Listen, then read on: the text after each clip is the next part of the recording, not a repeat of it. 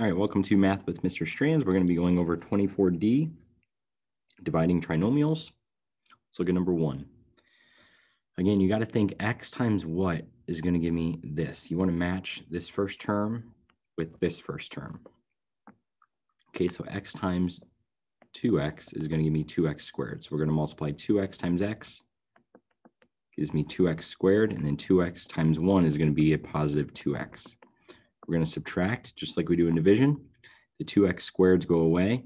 We got negative x minus 2x is going to be a negative 3x. I'm going to bring down my 10.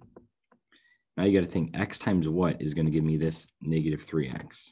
X times negative 3 is. Okay, so negative 3 times x is negative 3x.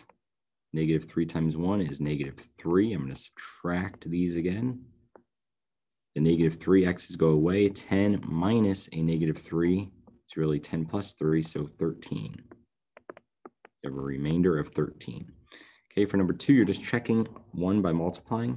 So you're just taking your answer and you're multiplying it by the divisor. All right, I'm going to let you guys go ahead and do that. Let's look at number 3. Okay, x times 3x is going to give me that 3x squared right here. And then 3x times 3 is going to be 9x. We're going to subtract again. 11x minus 9x is 2x, bring down my 6. Okay, x times 2 is going to be 2x, and 2 times 3 is 6. There is no remainder on this one. Right, the number 5, x times 3x is going to be that 3x squared. 3x times 4 is 12x.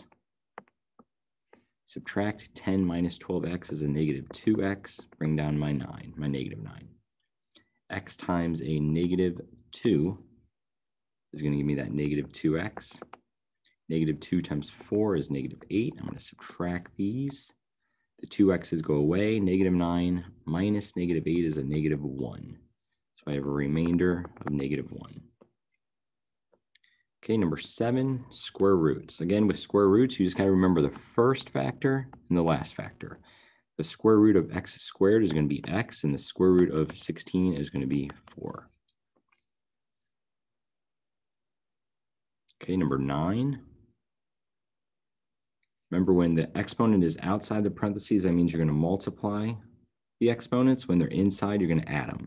So we're going to have a to the negative 10th, because 5 times negative 2 is going to be negative 10. For the b's, we're going to add the 7 and 3 first, since those are in the parentheses. So 7 plus 3 is 10. 10 times a negative 2 is negative 20. And then we also have this a on to the 4th on the outside. We can put together the a's. So negative 10 plus 4 is a to the negative 6. And then we have b still to the negative 20th. Okay, number 10, we got b to the 4th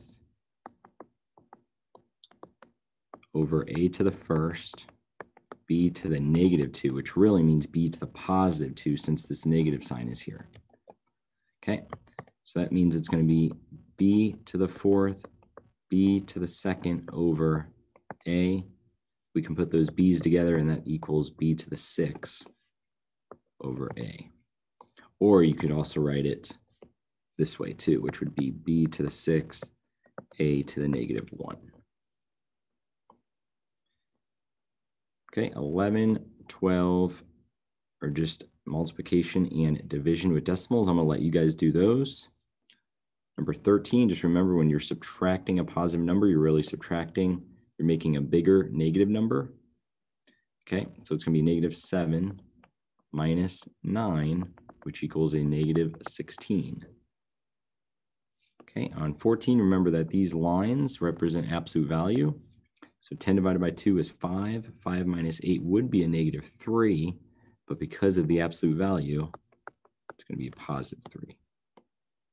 Okay, adding trinomials, we got 7x squared minus 2x squared is a positive 5x squared. 4 minus 3 is a positive x. Negative 1 minus 6 is going to be a negative 7. Okay, I'm going to let you do 16. Number 17, just remember factors. You're starting at 1. You're going up all the way to 216. So you just got to think what numbers are divisible by 216. You know 2 is because it's an even number. So 3, 4, 5. Okay. Associative property, remember, only works with addition and multiplication, not division or subtraction. And then I want you guys to try number 19 and 20 on your own. Let me know if you have any questions.